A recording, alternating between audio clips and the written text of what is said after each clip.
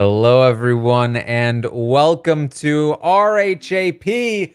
I'm your host, Taran Armstrong, and we are here tonight to talk through this Sunday night episode of Big Brother 26. And with me to talk about this episode, I have some great guests, one of which is none other than AJ himself. How you doing, AJ? Taran, I am doing great, mainly because I'm in my room with a ceiling, which means I'm protected from all bird poops. Yeah. Yes. AJ, if a bird pooped on your forehead, who would you rub it on? So I would rub it on Pooya right now because because you have the long sleeves on, so I can aim anywhere. You can just take it off, Pooya. You can just take it off. That's worse. It's easier to take a shower. No. What happens if you can't get it off your clothes? Listen, if it gets on my skin, I'm having an emotional breakdown. It's not okay. It is not. Like this jacket, I would hate it. I would cry. But you know what? Screw this jacket. I can keep on going with my day. Well, you might have gathered that also with us tonight is Pooya. Pooya, AJ just rubbed some bird poop on your long sleeves. How do you feel about that? Don't wear that denim jacket to any of these events in the future, AJ. I will find you and I will retaliate in kind, in some way, shape, or form. Oh, I'm in it. I just got here. I just had to let another Gorgon in. Another Gorgon had to pee, so I just sat down. Yeah. Just like T-Core, you're not safe when I'm around. Wow. Okay, so in this equation, I'm Kimo too. Great. Love that. Love that for me. This must have been the moment for Rubina that she was like, man, Tico really uses us as bird poop shields. Yeah. Yep. This was the moment. All right. Well, we are here to talk through this Sunday night episode of Big Brother 26.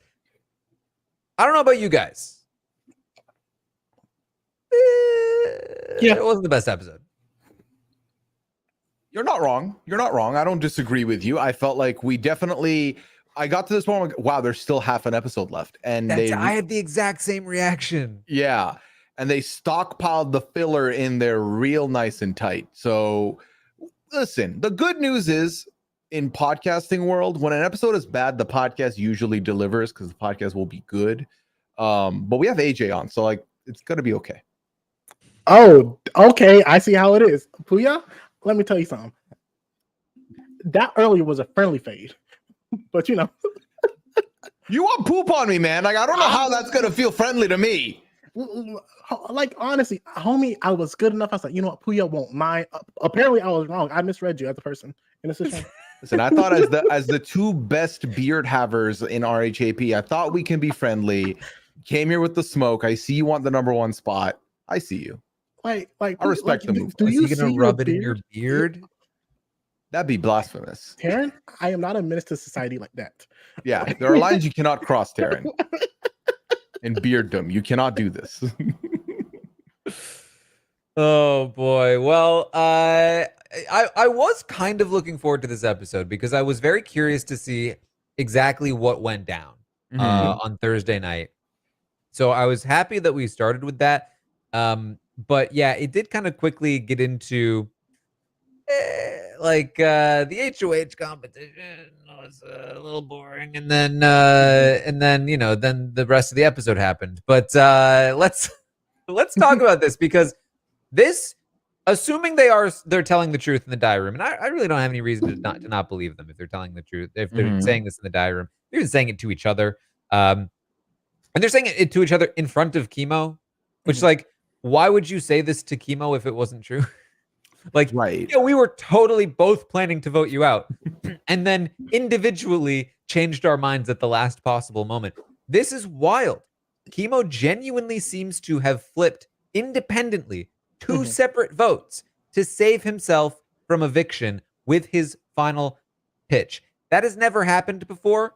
Now, there's also never been an AI arena before, and I think that has a lot to do with it, but that's still significant. That's huge. Yeah, I mean, this is not something we normally see, especially in the last like half a decade even. The discourse has always been the speeches don't matter. They're kind of just there for people to plug and shout out their family on the way out, or just say, do what's best for your game. You know, I love all of you regardless, which is kind of what we got from Joseph, essentially. Kimo's was from the heart. I'm not like this was not a plan, like I'm gonna hit him where it hurts in the feels.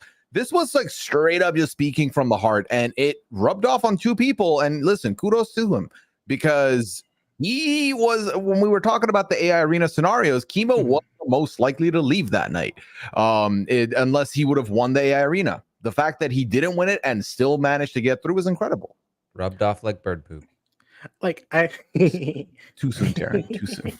Too soon. Like I like it because I'm gonna be honest with you. I actively usually hate the speeches they give because it's not interesting. It's shout outs. It's just thank y'all for letting me be here. I've enjoyed y'all, my family, X, Y, and Z. Like I want people to like continue to fight for it. Even if you ain't got a surviving chance, like keep fighting. You don't know who you can sway, whether it's emotionally, strategically.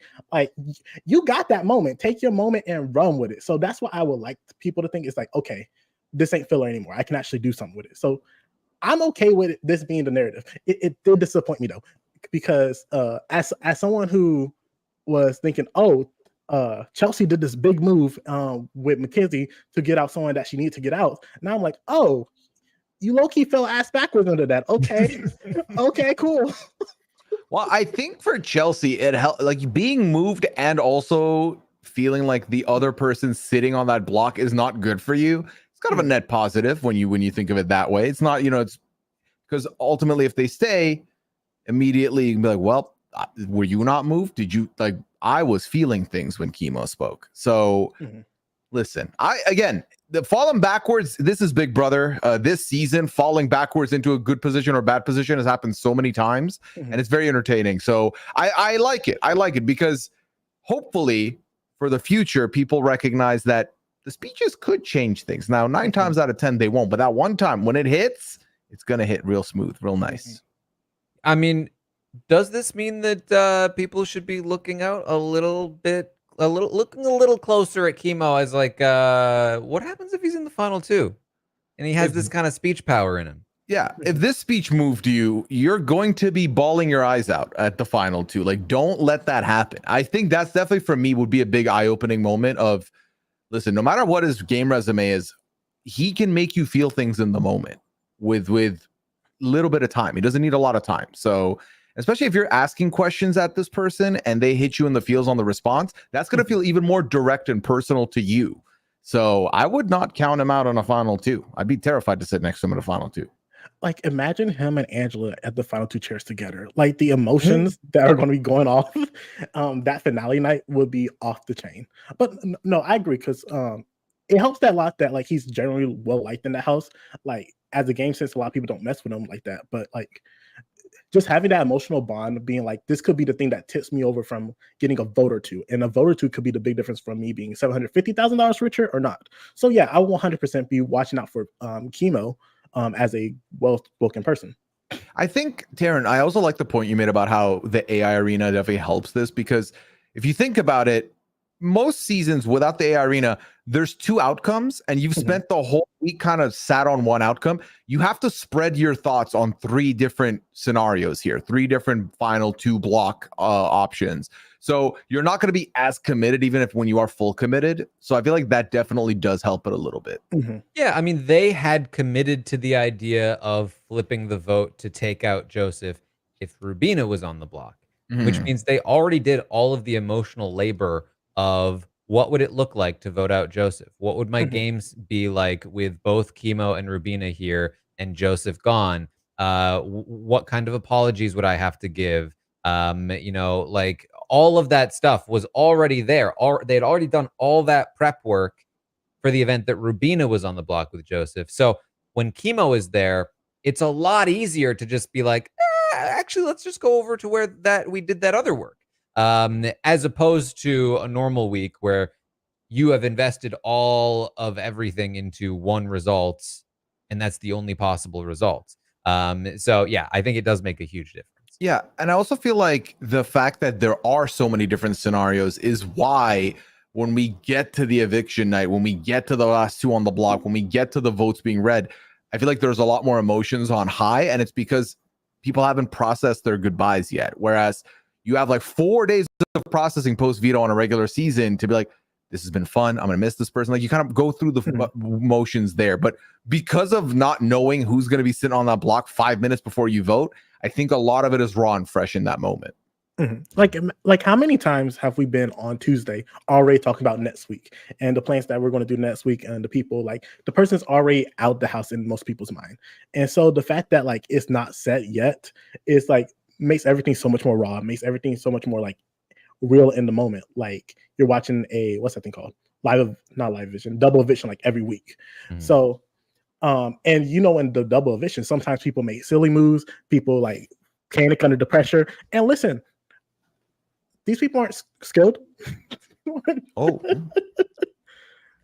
I love them. I love them all. They're fun.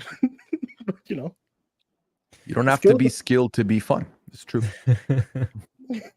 Well, the end result of this, of course, is that Joseph is gone. Kimo is still there. It was the best case scenario for Rubina, Kimo, and T-Core.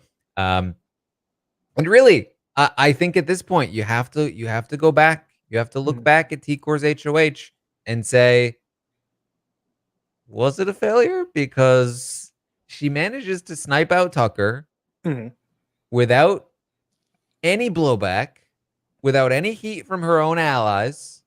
Tucker's now gone, which opens the field dramatically for her own win equity. With Tucker there, she's still fighting a losing battle. Tucker now gone, she still has Rubina. She still has Kimo. She's still in a very solid position. And Joseph is now gone. Chelsie wins this HOH, and she's tight with Chelsie. Like, all of a sudden, things are looking real good, and that HOH not looking like quite as much of a failure as some people, I think, were thinking. To anyone who said getting out the biggest comp piece of the season was a failure, rethink your priorities, because that's stupid. Like, yeah, like everyone except for maybe Rubina, and pause, even Rubina should have wanted that man gone. Like at the end of the day. So I've might not been happy as entertainment wise that Tucker went, but like these people still bring me joy. These people still bring me entertainment without Tucker, because that was my biggest fear. I was like, okay, with Tucker gone, we're going to crater into a boring season, a boring end game, and like it's not boring to me. The episode was, but the game ain't. I think a couple of things that made me feel less like the Tucker leaving was going to make the game stale or boring or whatever you may call it, is that there's a lot of the trio is a trio. They're a true and tested trio. They're always going to have each other's backs, but there's a lot of cross alliances here. T-Core's got connections here. Kimo's got something here. Rubina's making kind and good with this person. And then on the other side, this person likes the trio a lot. They still want to work with, like, there's so many different dynamics here at play, which I think is great. I think T-Core's strength is that you can look at a Tucker leaving as a good or bad for her game, but because of the social capability she has, it's still good regardless of how you look at it. I think she still finds herself in good landing spots because of the connection she's made. She has now actively brought her trio into the jury phase, which means if she sits at final two and these two end up going home along the way, that's 2 votes locked in. You need 2 more and you've won the game. And I think as of right now, there are quite a few people that can be her 3 and 4, her 5 and 6. She's looking very good right now. Like, I did not realize until they counted out this episode, like how deadly it is to be 3 in the final 9. Like they literally just like that is so lethal. Like her somehow being able to keep all her allies in there, despite everyone in the house saying one of them has to go, Kimo has to go, or Rubina has to go. We cannot let all 3 of them get to this point. And the fact that there is even a chance that like all 3 of them could also be walking into the final 8, the time is like getting short for them to actually make a move. And I know some people want to, but now people are looking at like Chelsie and stuff, or MJ, as people that like are people that we need to worry about in the future. And so I do love what T-Core has been doing. I think T-Core has set herself beautifully to possibly get to the end and even win the game. And not for nothing, I think obviously the other side of the coin being Tucker staying would have been good for T-Core's game and was never going to go after T-Core, etc. I agree with all this, but the same argument that Quinn had with regards to Angela taking up a final 2 spot, and like that's my spot that she's taking kind of thing. You can think of it similarly with Tucker, where if Tucker keeps winning vetoes and safeties, one of his allies are going to go as a result onto that block. And it could, and I think T-Court, to her credit again, is doing so well that her being on the block pie is a longer shot than, say, a Kimo sitting on that block or Rabina ending up on that block. But as the numbers dwindle down, that could happen. You could be collateral damage to being close enough to Tucker by proximity. So having him go, as much as it might be a disadvantage to your side winning some stuff, it could still be an advantage to you not being put up regardless. But even on top of that, like, you would be sitting on the sideline of Tucker's game at this point in time. Not because you can't be making your own little moves, but now you have the potential to win these competitions that you didn't have before. Look at last week with Leah. Did she ultimately get one of her closest allies out the house? Yes, she did. However, she has shown herself to be able to win a competition. She has earned respect in the house that she didn't have previously. Like, and I think other people like a Kimo or Rabina, or even like a Cam, if they're able to win more competitions now and then be able to wield it, even if it don't go their way, they were like, I'm not afraid to wield power when I have it. People on the jury is going to respect that versus if Tucker was still in the house and Tucker was still winning everything, you just got to be like, well, I hope I have a Taylor in me and I can pull out the good speech at the end and these people like me over Tucker. But if not, $75,000 ain't bad, I guess. Yeah. Well, in the episode, we do see that Cam was left out of this vote. And for context, for those that don't watch the feeds, he literally, his one requirement all week long, anytime he was involved in any discussion about the vote, was like, honestly, I'm willing to do whatever you guys want to do. Just don't leave me out of it. Just let me, I just want to vote with you guys. And then at the last second, they switch up and he's left holding the bag. And he's like, are you serious? And he tells us this is going to be a new Cam moving forward. What do we think that means? I don't want to have dead silence on the podcast, but when I tell you, I can't answer that question because I can't think of what to tell you. Because new Cam and old Cam are same Cam to me. I don't know if there's a lot of switch up gonna be happening here anytime soon. I would like to think, hopefully, new Cam is, I am the exact same Cam that y'all have seen the past 40-something days. But in my head, I'm now thinking selfishly, like, okay, I'm gonna tell y'all what y'all want to hear. I'm gonna be honest with y'all. However, screw y'all, I want money. I want to win the game. Like, that's the new Cam I would like to see. I would like to see that too. Based on some of the things I have seen over this weekend, I feel like if that is the new Cam you're looking for, that is not the new Cam you're getting.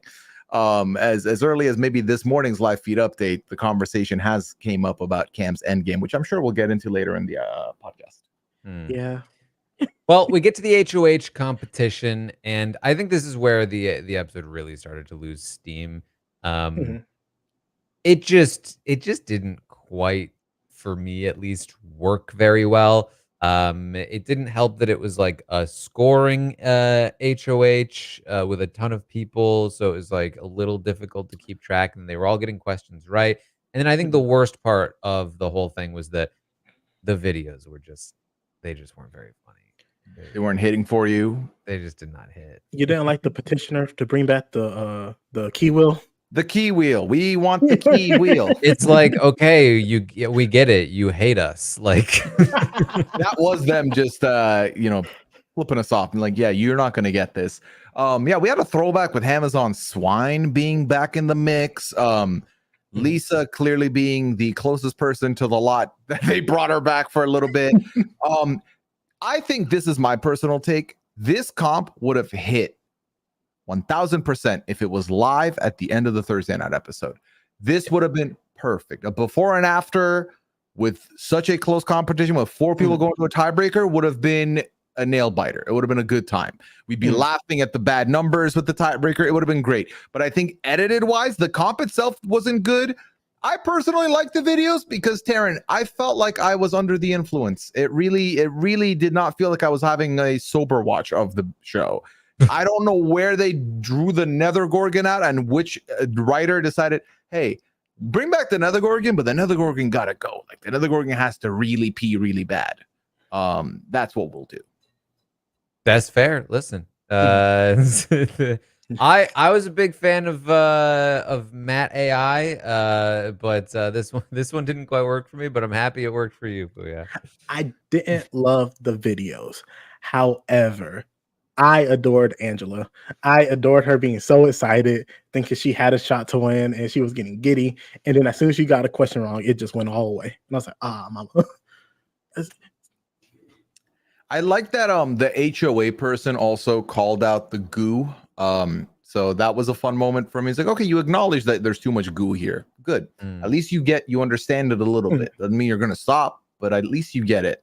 Some of the videos, like the two fans that were like, oh my god, we're such huge fans. I was like, this is kind of cringe. I don't like this. But everything else, I was like, okay, that's cool. See, here's the thing. I hear HOA person. I'm like, oh, you're the bad guy. I don't trust you. The villain has entered. Forget another Gorgon. You're the bad one.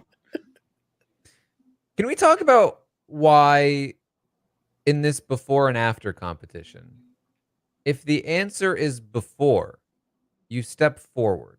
Mm-hmm. And if the answer is after, you step backwards. It should be the other way around. Right? Yes. Yeah, 100%. 100%. Like, what kind of madness like happened upon them? I guess alphabetical go in this order. direction? They went alphabetically is the best way I can put it. Probably a spin for them. After, before. I appreciate you have a strong enough opinion to bring that up. Like, it just bothered me. I never thought of that. Let me tell you something. I think I would get a question wrong because on instinct I would go backwards for before. I guess it's a step before, step behind you, step after, step in front of you. But even then, I still feel like it's we're talking about time going back or after, forward or backward, rewind or forward, right? So to me, I agree with you. I guess in the moment, I don't think I'd slip up. Do you think you'd make the mistake, Taran? Like you'd forget and go the wrong way? It's possible. If I'm thinking about too many things at once, I could see a world where I'm like, okay, that one's obviously before, and I step up backwards. I think they are like colored steps, so it's probably not easy to mix it up. But like, you know, if I wasn't paying attention, I could see it happen. I would like that to be your excuse when you lost the HOH. I think that's a valid I mean, that's part of the listen. It's part of the challenge. I'm if they did it intentionally to make sure people are paying attention to which one answer they choose, like I'm fine with that. It's like playing a game with inverted controls. Yeah, a little bit. Oh, like on Mario Kart when they have the mirror wraps. Exactly. You know what? I can see that. that unlocks some nostalgia in AJ's head right there. Well, it didn't trip up a lot of people because we ended up with a 4-way tie. Now, on the feeds, Chelsie said that she tried to throw this by giving a really low answer and that everyone else screwed up so badly that she accidentally won. In the episode, she was just full on trying to win and even showed her work with the math equation she used. I'm kind of inclined to believe the episode version, although normally I wouldn't, because it just kind of tracked. And obviously there's incentive for her to act like she wasn't trying to win because she was saying that, oh, I didn't even want to have to nominate you. I wasn't even trying to win. So that would be my guess, but just to point that out to people. No, literally when she said she was throwing, I was expecting her to put like a 1, a 2, and then she said 45. I was like, okay, 45 is also a low number. This woman pulled out the algebra. Like, what are you like, what are you doing? Like, I do agree, like Cam and MJ and whoever the third person was, Kimo, like they all would have been great HOHs this week. Like, keep blood off of your hands, have them to do your dirty work. I would have loved it for Chelsie to throw it, but you know. Yeah, when you know that you're in the tiebreaker with Cam and your ally, Mackenzie, your ally, Kimo, who you just saved, so you probably assume he's not going to put you up, another person that won't put you up, you could just plus 5,000 to your answer and call it a day if you wanted to throw it. I feel like saying you're throwing it and then putting down 45 minutes, a conservative guess, probably middle of the pack guess is what she was thinking. I feel like everyone knows you go high if you're throwing. You know what I mean? Like everyone knows the move is to just put an extra 0 at the end and claim I'm bad at math. I'm also like Cam, but that didn't happen. I see. Oh. Okay, I do think that I might accidentally step backwards, but I would not put an extra 0 in my math. That I feel like that was, I don't know. I mean, the thing is, I don't want to judge too much on anyone's math skills because I know that my mental math is decent. But just when you look at the number 36,000, you surely should think like that is way too many zeros there. There's no shot. it's a lot of zeros. Yeah. It was a lot of zeros, but I would throw a 0 on if I thought the number was like maybe it's too small. Like, what's the easy thing I could do real quick? Just boop. See, listen, different people have different strengths. Yeah. Different people have different weaknesses. Because to me, I'm like, the way I would think about it is, okay, well, 10 minutes is 600 seconds. So automatically you can get there a little quicker. 600 times 6, that's 3,600. Like that's easier. So then 36,000 is too many. So yeah. So he went, but the thing is with him, it's an innocent mistake, right? It's 1 extra 0. Kimo said 12,000 seconds. How did the math get there? So he said that I think I followed what he was saying. Okay, let's get there. Which was that at one point he multiplied by 2 for no particular reason. And if that's the case, then you could say like that he got to 6,000, which is a slightly more reasonable guess, and then multiplied by 2 to get to 12,000, which is not as much of a reasonable guess. But again, when you see the small enough number, like you do whatever you can to make it bigger. Like, you do. That's not how it works. AJ. What do you mean? It makes perfect sense to me. Mackenzie technically had the closest number, but went over, which I feel like had that not been part of the ruling, she would have won the HOH. But I think to be, whether or not Chelsie, let's go down the path of saying Chelsie wanted to win this. I think she put the perfect argument together to the rest of the house of, I wanted one of you to get the letter. So I kind of lowballed it thinking one of you would win because I was very okay with whoever won here. I don't think that's a bad way to, if she is truly lying there, that's a very diplomatic way of putting it. And I think no one faults her for winning. So it's a good spot to be in. I'm a little skeptical of like claiming that you were trying to throw a competition because you are then putting it out there that you were potentially throwing competitions. But it's not nearly as bad as, I threw that one, guys. Don't worry about it. Like, AKA the Joseph. So, I think you do still need to be very careful about even the idea of throwing. But I think it's fine here for Chelsie. The new HOH, and from here things got a little weird timeline wise. I think that they're very used to, so typically how the feeds work after the HOH is that, or at least this has been the case in the last few seasons, is that like people are tired. There's like a conversation or two with some of your allies about what your plans might be, and then kind of go to bed. You wake up the next morning, you do some one-on-ones right up until the nomination ceremony. You do your nominations, and that's how it goes. So in the episodes, you normally will see that, like some hanging out, some initial discussion on plans, maybe talking to some people. And then toward the end of the episode, you get those one-on-one conversations with some campaigns and, hey, I might put you on the block, or this is what I might be doing. And then you do the nominations. This season, on Thursday nights, right after the person wins the HOH, they get straight to their one-on-ones. And you'll notice them. They're up in the loft right outside of the HOH room. And so anytime you see a one-on-one conversation happening with the HOH, that's probably taking place immediately after they won. But the episodes, they're still being structured like the schedule is the old way. So what we did is we went way forward in time to the following day, pre-noms. Then we went way backward in time to Cam and Leah, which we'll talk about. Then we went way forward in time again. Then back in time to Thursday night for the one-on-ones. then forward ahead to the nomination ceremony.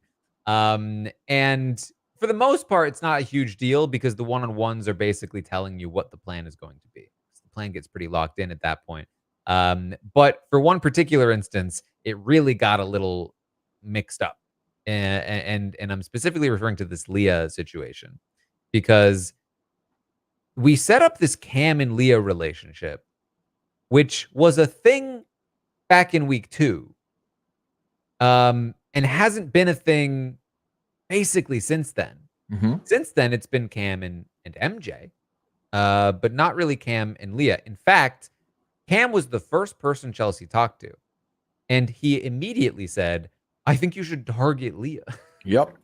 Because she's going to come after you. In the episode, they acted like Cam and Leah flirting was happening that night. Then Leah talked to Chelsie, got on Chelsea's radar. Then Chelsie questioned Cam about Leah because she was now on Chelsea's radar. When the reality is that that Cam put Leah on Chelsea's radar. Then they had that weird conversation. Then Chelsie talked to Leah.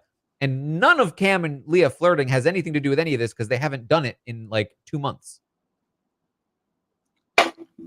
Yes. But like,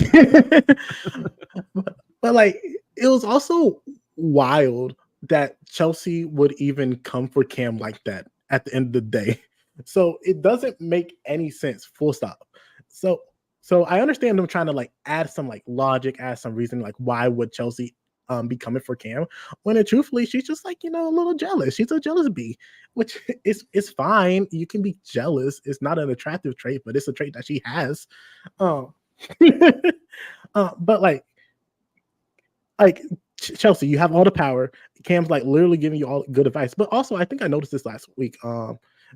She didn't like when Cam had influence. Like with MJ, she was like, no, this is Cam talking. This is what you really want, X, Y, and Z. So she might just wants to be the dominant person in this partnership between her and Cam. And she don't like him having other friends. Oh, no. Other friends are allowed, but other friends that you flirt with is not. That is the key distinction. No cuddling, no head scratches. But I mean, Taran, it was very wild that we literally go back to week 2 for some of this footage. And it was at this point that I thought, okay, yeah, there's way too much episode left. What are we doing? So they shoved this in. Like, to me, the Sunday night episodes are literally everything we watched for the Friday morning live feed update. So like, I'm very much on top of this episode. And all the one-on-ones were disjointed. We ended with the Cam one when Cam was the first one. So it is interesting because I'd never thought about the fact that they're using the old format for this season's activity, which, by the way, just a personal shout out to this cast, because for so many years, Taran, I've been getting dust to talk about on the Friday morning updates. We have nothing to talk about. We've literally done updates where we've put like plushies in front of ourselves instead of being there. So I'm personally very, very full and satisfied, but yeah, this was a little bit all over the place. Yeah. And part of that too was this Angela conversation between Chelsie and Angela. There was some awkwardness there to get that conversation started, but they had already had a conversation the day before. They had a one-on-one. So like, it's a whole thing, but we do see some of this campaigning. Basically what we see is that she is looking to put Angela on the block because obviously, and we get this awkward exchange between the two of them. It honestly, I didn't feel like it quite captured the vibe of that conversation, that there was definitely a lot more tension and a bit more awkwardness in that conversation than I felt like we actually saw. But we did at least get the like, I can do big things. I can do hard things. So just go ahead and put me up. Which was very fun. No, like I enjoy Angela as a TV character and as a Big Brother player. She brings me so much joy and energy. I love the edit. I'm be honest. Her having to hype herself up in the edit to go talk to Chelsie. I was like, you know what? That's a vibe. That's energy. Like I like that. That's funny. Hee hee ha ha. And then it didn't capture the energy, but like we've been getting the energy all season from Angela. Like it's not something new that we need to experience. Like we get it. Like I think if you're watching at home, just assume it's worse than what they actually show of Angela because you're correct. Yeah. So we also see that Chelsea is going to talk with T-Core. And I actually thought this, I don't know if they did this on purpose, but they showed the bird poop right before the conversation where Chelsea tells T-Core she kind of wants to put Kimo on the block as a pawn. And T-Core being like, I don't like this, but the bird poop has to be on someone. If someone followed that through line and thought, okay, the bird poop caused this, ridiculous. That is absolutely wild. But I had genuinely did not cross my mind. But if you didn't know the extra context there, you wouldn't really necessarily question it. Have either of you had a bird poop on you before? Like real talk? Yes. Same. I don't think so. Wow, must be nice. I'm so happy for you, Taran. I'm glad you've never had to experience that. I can't think of a time. Yeah, I was 12 and we were on this ferry. I was in Sweden and we were on this ferry going towards Denmark, and it pooped. It hit me square on the back of my neck, not on my clothes. I'm 12. I was just kind of like, it shouldn't be a big deal. I started crying. I just burst into tears because I didn't know how to react to this. And it didn't help that my mom's there and my sister's there, and like this happens, and instead of them like quickly reacting like that it's bad, they were already on the verge of laughing because it's funny, and now I'm crying and they're laughing at me is how I feel. So it was a situation for me. Definitely. Now AJ, share your trauma with the group. Wow, AJ, I can't believe you would smear bird poop on Pooya like that. Yeah. Was that you? Did you use a time machine to go to Sweden and do this to me? Listen, you were only 12. It was fine. Wow.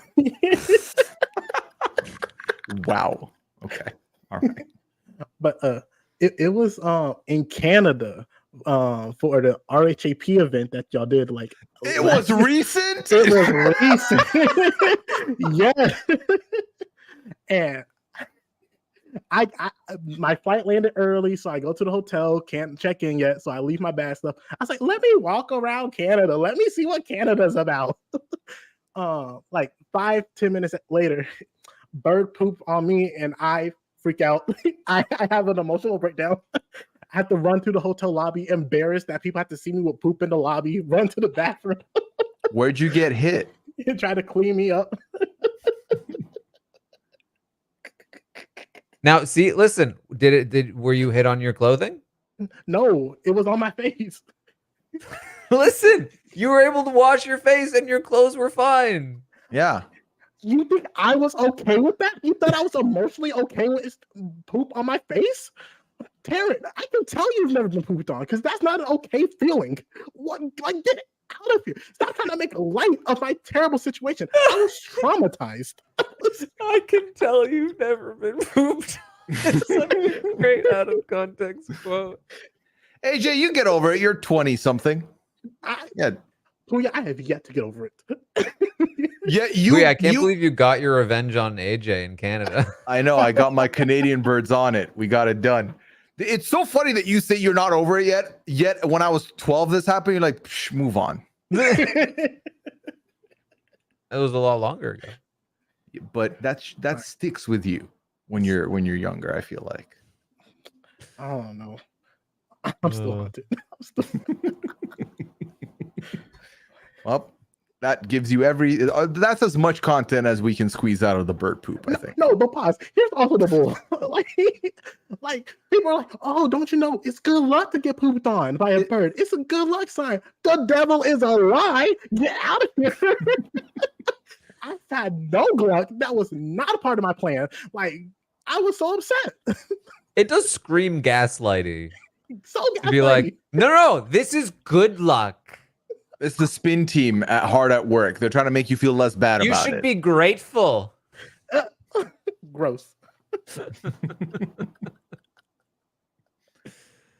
Oh boy. All right. Well, so ultimately we see that the decision is made. Chelsea's gonna let Kimo know he doesn't have much defense here, and she is going to nominate Angela and Kimo. She tells us in the diary room that Angela is the target, Kimo is the pawn, and Leah might end up being a replacement at some point.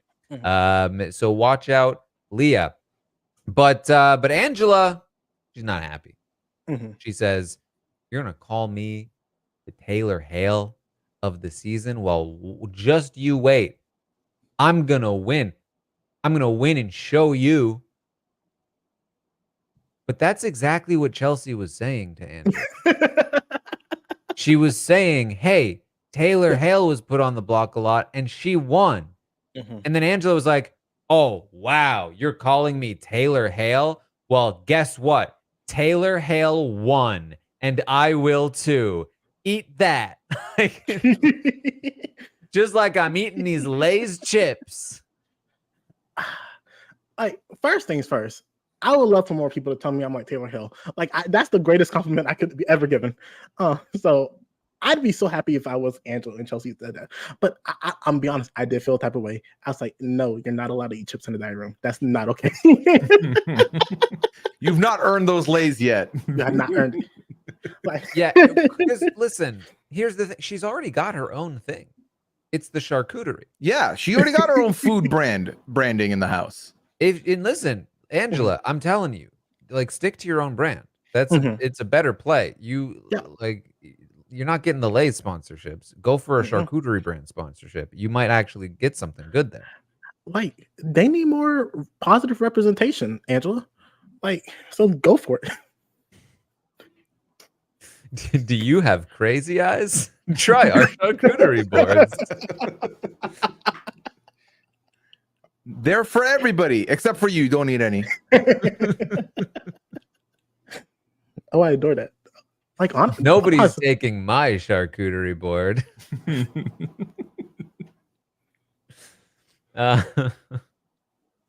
All right. So there it is. That is the anything else from the episode that we should bring up before we get into some spoilers? No, honestly, I think again, I coming into this, I felt like we have a bit of slim pickings, but I feel like we found a lot of good things in what I may have thought were not going to be available to us. So, yep. All right. I think we've talked about it for 40 enough minutes. That's true. Let's get to some spoilers. The Office of Civil Defense has issued the following message. This is a spoiler. Warning. A spoiler. Warning means that an actual spoiler against this country has been detected and that protective action should be taken. All right. So, you may have listened to the update this morning. Ooh. If you have, then you know where things were as of this morning. So I'll catch you up to that with Angela and Kimo on the block. The target quickly shifted to Kimo as Quinn and MJ and Cam were all kind of leaning in that direction. Then they played in the veto competition, and it was OTEV, and it was over in one round. Efficient. They all got the question wrong except for MJ, who won the veto, won OTEV, making history. These players continue to just sort of, you know, be Big Brother 26. Yeah. MJ had the veto. She does not want to use the veto, she says, after winning. The target is firmly on Kimo. That is where things stand until this morning after the update. Now, one thing that happened last night is that when Quinn and Leah were hanging out, somebody was watching them. One crazy eye Angela. And I think it was Wednesday? It might have been Wednesday Let me just quickly check the schedule. I was talking with Amon and Maggie. Yeah, it was no, it was Thursday. It was Thursday? No, it was Jacob and Sasha. We were talking about the veto and how Leah had used the veto on Angela, and it was like, hey guys, like this is the one. This is the Angela's gonna be loyal to Leah this time. It's just like a mother-daughter relationship. And I said, listen, if you guys want to believe, you can. But it's only a matter of time. And it turns out it was only a matter of days. Yep. Because Angela went hard and went to Chelsie and said, hey, Leah is secretly working with Quinn, and they're trying to make an alliance with T-Core and Kimo and Rubina, and you need to take one of them out by using the veto. You've got to do it.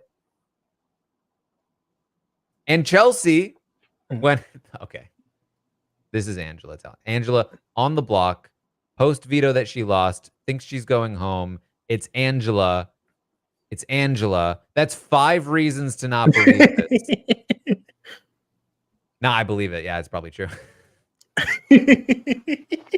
The way this house works this season is so damn unpredictable because so many people will believe a thing that they've concocted themselves, run that narrative as fact to others with conviction, and without questioning it twice, it becomes the narrative and it seeps through the house.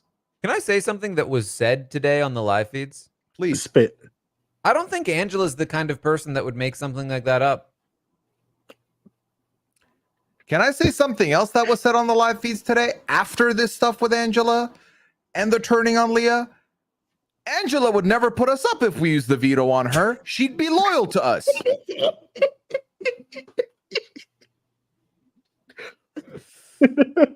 Oh boy. Yeah. So they started talking about, and this is the really wild thing, because I was saying Chelsea's making a mistake. She needs to be targeting Quinn or Leah. Yes. I don't think that she should be targeting Kimo. Yes.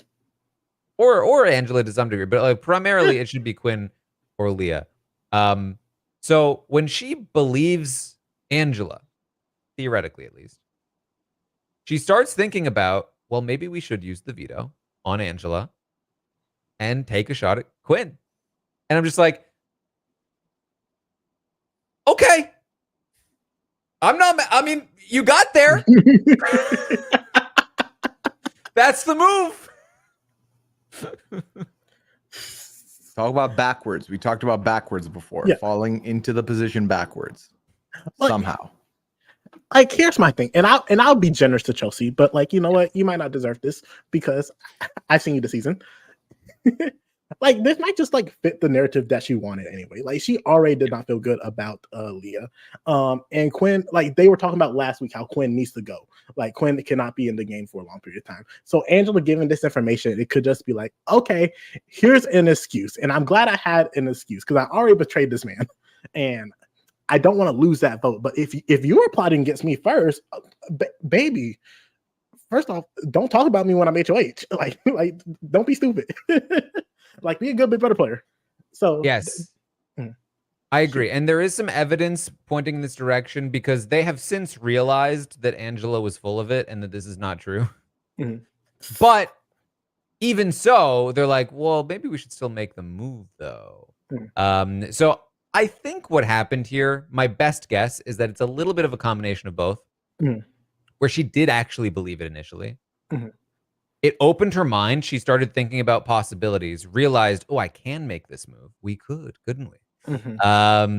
And it actually kind of makes sense. Maybe we should do it. And then when she realized the thing was fake and it wasn't true, she was like, her mind had been opened at that point. She had thought through her options again in a new way. And she had realized at that point, this actually is the move, regardless of what Angela said. So, you know, it's like, she kind of got kickstarted from a weird place, but like got to it wasn't like, it's not like she's still making this move from a place of ignorance. She has since sort of seemingly realized that it actually is a pretty decent thing to do. At least, again, that's from my perspective. Not everyone agrees with my perspective on this because a lot of people still think that taking out Kimo is the better play because Kimo is part of that trio and that Chelsie should get rid of that trio. I've made my case for why I think this is the better play for Chelsie, but there's definitely some good arguments in the other direction. This is what I'm saying about the fascination I have with the season right now is that you can literally look at both outcomes and both can be a good move. And I think a lot of it has to do, again, with the cross alliances. You have this person's back. You're looking to work with this person. You want to bring this person closer. And I think there's definitely a lot of different ways to see it. And I definitely think there's a lot of different ways that the groupings can shake out outside, again, the trio being locked in. Everyone else, I feel like there's still some fluidity there and like people can bounce over to each other. So I'm very intrigued by it. And not often are we going to be in a situation like this where like an alliance of three could literally need a different person leave, all three of them, and they'd be in a better spot for it. So I'm intrigued by this. And I feel like I don't know. I'm so curious to see where we go from here because I think the toothpaste came out of the tube. I think at this point, initially, it was that confirmation bias that seeped in. And now, as I'm reading updates as they're coming along, I feel like they're just looking for any reason to make this happen. Yeah. And I'm gonna be honest, I was a part of the camp where I hated these nominations. I hated the Angela and Kimo nominations, full stop. Like, I really felt like she should have just did Leah and Quinn so that way she can guarantee at least one of them goes home this week. But, you know, she wanted to play it safe. She wanted to have a steady HOH. Fine, whatever. But like at the end of the day, like it does not matter how upset you are at Chelsie because you're going to be upset with Chelsie, Leah or Quinn, whoever sits in it. Like you still got a trio right there. Like yeah, I understand you're annoyed with me, but y'all just going to leave those three to run the game for another weeks. And also, like, don't be like, oh yeah, this was a last minute decision, Kimo. Like, no, you are a priority of mine. I fought for you. I wanted you to stay X, Y, and Z. That's why I'm glad you're here. And listen, I will happily be your fourth. Me and MJ as your fourth and fifth. Yes, give that to me. MJ wants me at the end, and we're better at competitions than you. Like, that's what I feel like she should have been doing. But, you know, I'm not mad at him. Yeah, now, the interesting thing to me is that while I do think that for Chelsie, this is the move, I very much don't think it's the move for MJ or Cam. Right. And they are actually the ones that seem to be pushing it harder. Right. That part. That's the big thing for me is that reading Cam push so hard now to want Quinn to be up and not Leah is interesting to me for him. And I don't quite get it. I also think with Mackenzie, like to me, the way I see the pieces right now, I think Kimo leaving was better for them. From where I'm standing, very much so. So for them to want to switch up like this, I'm not sure. Also, I really like that Mackenzie's really been growing on me as the season's gone along. I feel like she's been a lot of fun. She's also contributed to a lot of the high on your own information supply and then dish it out and it becomes fact somehow for you. But the one thing Mackenzie keeps talking about is how she does not want to be perceived as a threat. She doesn't want people putting out the narrative that she's a comp beast. But then she's having one-on-ones like she's the damn HOH as the veto holder.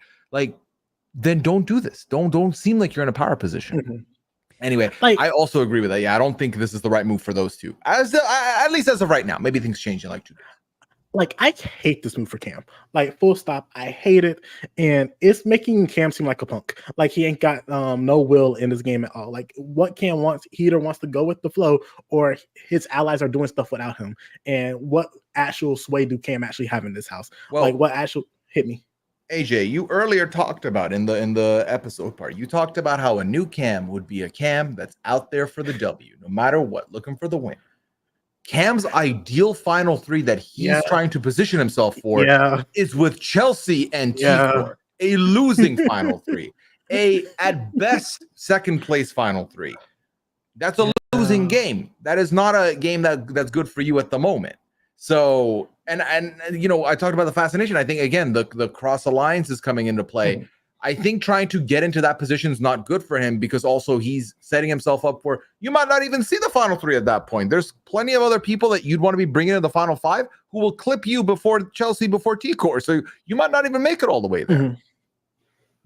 There's a world where Cam and MJ right now take over this game and become the two front runners. I think there's an easy path for them to do that. If they locked in together and took each other down to the end, I think they both have decent chances against each other. And probably more likely is that they bring somebody like Angela down to the final 3 and then just compete it out in the final HOH and see who wins. But like, the two of them, I think, could run this game if they got on the same page and started making decisions that benefited them and not Chelsie. But what's happening instead is that they are making decisions that benefit Chelsie and not them. And the curious part about it is that I don't think that they realize they're doing it, and I don't think that they're being tricked into doing it either.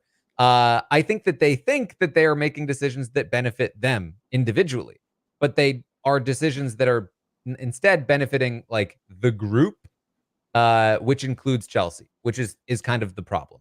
And so, MJ, I think, is looking to make a big move, to make a mark on the game, and she sees Quinn as that big move. And so she's been angling at taking a shot at Quinn for a while. What she doesn't realize is that doing this on Chelsea's HOH not only does not mean that you get the big move, but like it means that Chelsie gets the big move. And in an already stacked jury against you, it's making Chelsea's resume bigger, not yours. And it's also getting rid of one of your best assets to take out either Chelsie or some of the people surrounding Chelsie, who is your biggest problem in this game right now. And I understand that Chelsea is also her biggest asset. I'm not saying she should target Chelsie by any means, but she should not be looking to get onto the final 4 with Chelsie, T-Core, Cam, or anything like that. They want to bring her to 5 and then cut her. Like, and even if she does start winning comps from that point, who can she beat at that point? If she's taken Chelsie, she's, I think, losing. If she's taken, she's not going to take T-Core. Maybe if she takes Cam, she can beat him. But, again, that requires a certain set of circumstances to play out in a certain way. And as long as that trio stays in the game, that's a lot of trouble, especially if you're taking out Quinn for them. Who do they have left to target after Quinn is gone? Leah? Angela? And that's it? Like, that's it. After those two, if Leah wins the veto, who are they targeting? Is it Chelsie? No. Are they really going to take out Angela at that point? When you're in the game? I don't think so. Are they taking the shot at Cam? Maybe. Most likely they're taking the shot at you. And that's not great. That's not great for MJ. So it's very interesting to see her thought process right now. She's not completely decided, but she's definitely pretty heavily leaning toward it. So, it's interesting because obviously I've been campaigning for this move to happen for Chelsie all week long. But now that MJ is a part of this decision-making process, it's interesting to look at it from her perspective as well. And I think for her, it's actually the opposite, which is so interesting because she's working so tightly with Chelsie and their interests are so separate. And they were so separate last week too. But yeah, it's a weird layout. It is a weird layout, but like I also get it from Mackenzie's point of view. Because how many opportunities are you going to have to take out Quinn? Like Quinn wins HOHs. I believe, and tell me I'm wrong, but I'm not. I believe that Quinn is like the second best competition person in the house remaining, if not third best. I think probably, but like, how much is that really saying at this point? Let me tell you about a guy named Jack. Oh, that's very true. I do not disagree. But like, I don't think I'm worried about that if I'm MJ. Like, I can, yes, I understand. I can see that. It also like does not help that like what's beneficial to the group is really just beneficial for Chelsie. But like, I think MJ's like on this crusade to like be her own player and make her own moves and leave her own stamp on this game. And what's the stamp then like sitting on a veto? Like, what does that even do for you? Now, using a veto to help get out one of your big competitors, that's good. It does not leave her in a good position, like you said, Taran. Like, oh, she's in a bad spot. Like the second at best threat target in the house. But also like she can win competition. I don't like when people rely on competition wins, but Mackenzie versus T-Core and Kimo and Rabina, I would put my money on Mackenzie to win the HOH or a veto if need be. So it's a risky move. It's not, I think the better move is for Kimo to go to sweep for her 100%. but it's not like a game losing move for Mackenzie, in my opinion. I think for me, if I was sitting in that house, yes, Quinn can win a lot of comps from here on out. Yes, Quinn has been, for the same reason that you should be looking at Angela and think, anyone that's paid Angela mind has literally had their backs turned and just turned their backs on him and got him out. Quinn has sold out a lot of his alliances, has, revealed a lot, whatever. I would have to put a pause on that and then look over at this group of 3 that are at the final 9 right now, punching ticket to final 8. And they're always going to be each other's number 1 priorities. Even if I feel good about 1 or 2 of them, they still have each other as top 2. I'm third in that equation. And then at final 8, 2 people are on the block. 1 is HOH. That leaves 5 votes. If these 3 are not on the block and not the HOH, they decide who goes home. That is way too much power. So if I feel good about 2 of them and the third one I like but is not in my game plans, let me let them go. That would be a little bit better for me potentially. So I don't know. I don't know, because also a lot of conversation about how Quinn and Leah are a 2 now, and they're a strong duo that you should be worrying about. But that's a strong trio that you should be worried about, that are working together, that will always prioritize each other, and also clearly have good enough game connections with everyone that's one HOH where they're still here intact. Like, think of it that way as well. I feel like, again, I keep bringing up this thing Quinn said about Angela taking a spot at the final 2. I think right now, if I'm anybody, I'm also looking at Angela and thinking, it's the kiss of death. You put Angela next to me on the block, either she's going to stay and I go, or the veto gets used and maybe they put someone else up next to me. I'm never going to trust that Angela's going home. Why should I trust Angela's going home? The later it gets, the more people are like, you want Angela out? Do it on your HOH. I have one more. There's the quote of the year, bigger fish to fry this season. There's always going to be bigger fish. And if I keep getting rid of the bigger fish, who's next? Who's the next big fish? Me. Next to Angela, me. So, yeah. And I think importantly, you are the big fish to fry in a house that you are you are positioned at the bottom of. Like in a house of 8 people, 3 of them are locked in. Chelsie is their number 1 priority outside of their alliance. Cam is maybe the next priority, at least for Chelsie.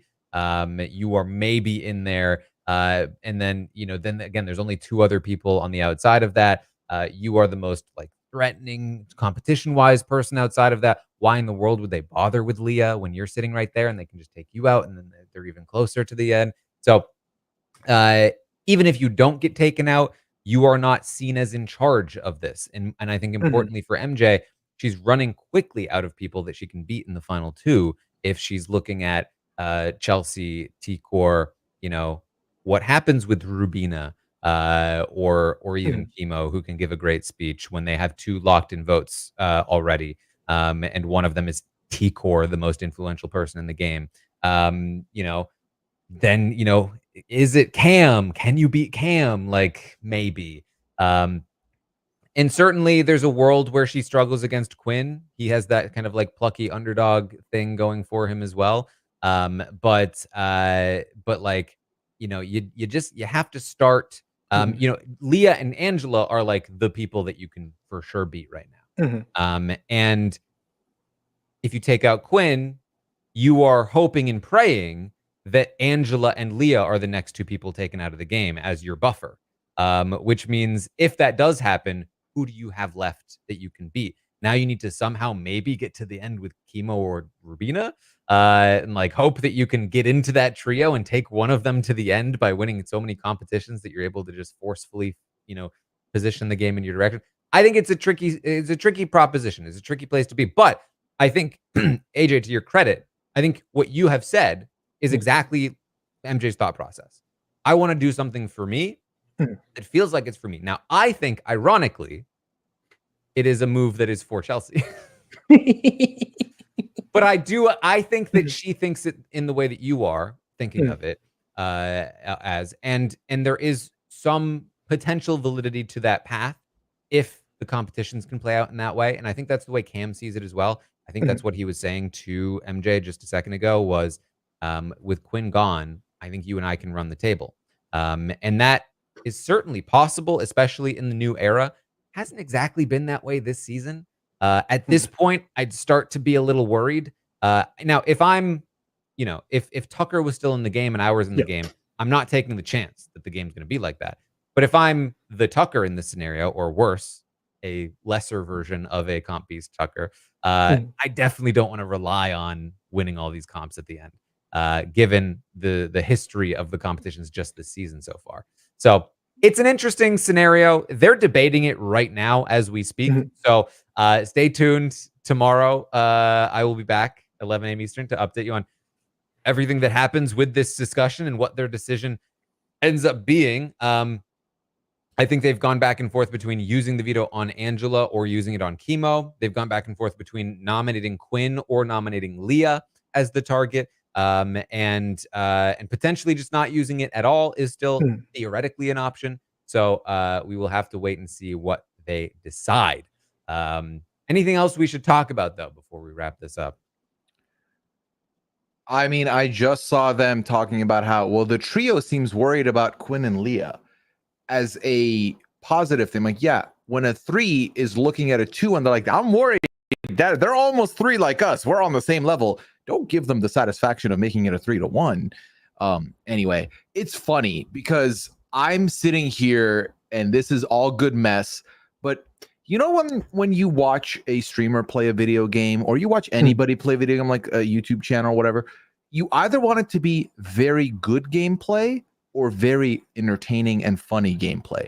But what's frustrating for me personally, like I've watched plenty of streamers play Among Us. I'm going a little off the book here.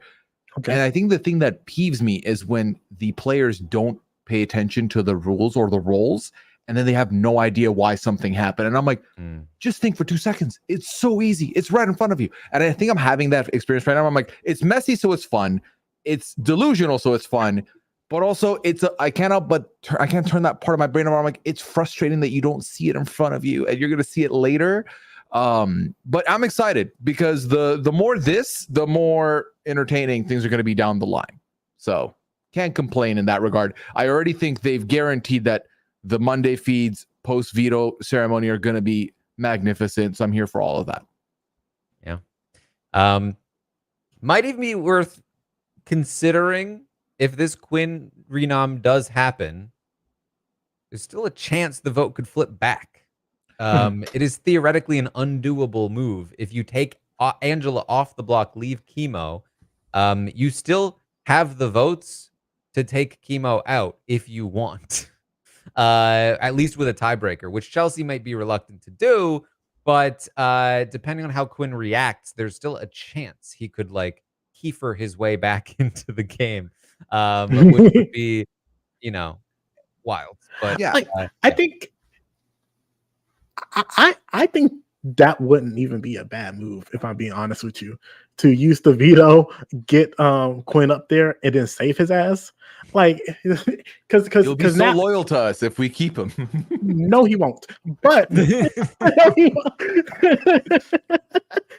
but that means you weaken the trio. Like now they're down to 2. You have Quinn. Who's Quinn going to be most upset with? Chelsie. He already wants Chelsie gone this week. And now he even has a more incentive to take her out. And he also has Leah. Like if I'm MJ or Kim, I'm like, I might end up sitting next to Chelsie. Maybe that might be an issue. However, I think Chelsie will go. And if not Chelsie, then I think one of T-Core is probably going to go instead. So I think messing up Chelsea's HOH is not a bad move. In fact, I think it might be a good one. I agree. I think the problem is that you need Chelsie to break the tie in order to make it happen, because Angela will vote with T-Core and Rubina to keep Kimo over Quinn. So it will at best be a 3-3 tie, which means you can't like forcibly screw Chelsie up there. Not that they would have anyway, but yeah, they wouldn't have. But you just told me to rely on an Angela vote.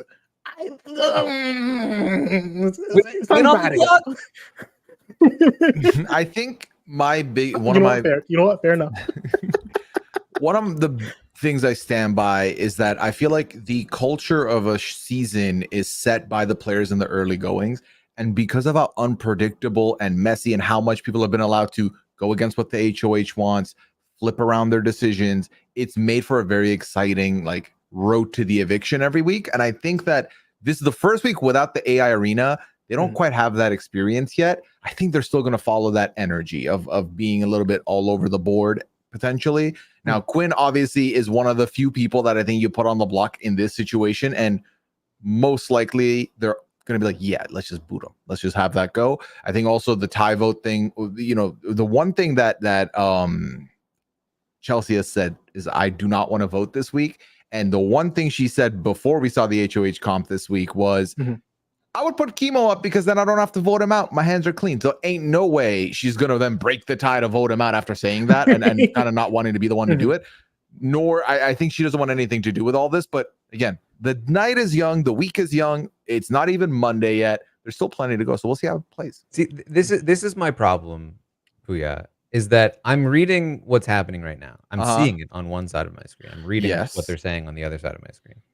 And I've spent the last 20 minutes explaining why I think this is a great move for Chelsie and a terrible move for MJ.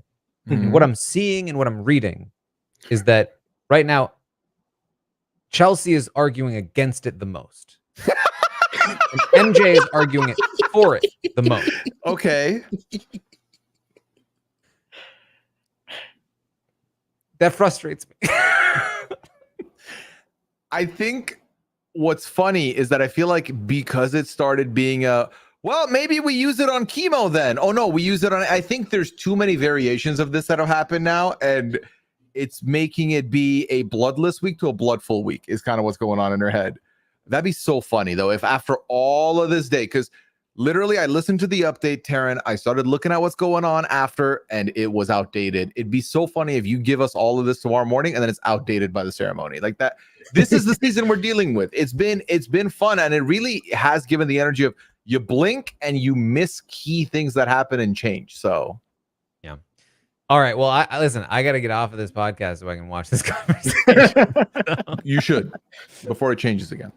All right. Well, that's what we have for you tonight. I'll be back tomorrow morning. I'll update you on everything that happens with this conversation and everything else that's gone on today on the Big Brother 26 live feed. So stay tuned for that. Of course, on Tuesday, we'll have the roundtable.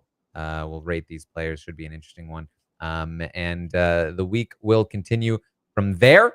In the meantime, check out our scripted TV coverage, Rings of Power, the Tastemakers Industry, some fun stuff happening over there. I'm also on Twitch if you want to watch the episodes with me. Also, Pooya and I will be talking some circles soon. So the circle has circled back around, and we're going to be talking about it again, Pooya.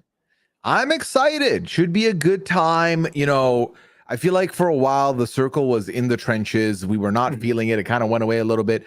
Then they came back with, I would argue, their best US season yet last year. We got to get introduced to some great characters, great people. You know, shout out QT out there.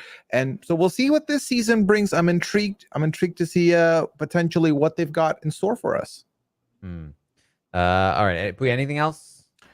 Find me on Twitter at Pooyaism, twitch.tv/Pooya 90 Day Fiance Podcast. We're talking about before the 90 days, brand new season, good times were had. Liana was my guest last week for the premiere. I've got Lavina joining me for her first time on the 90 Day Podcast this week. And myself and Chappelle talked about the entirety of season 3 of Bel Air. We had a good time there on Recap Kickback, so you can check that out. And AJ and I are friends, so no smear campaign here from me.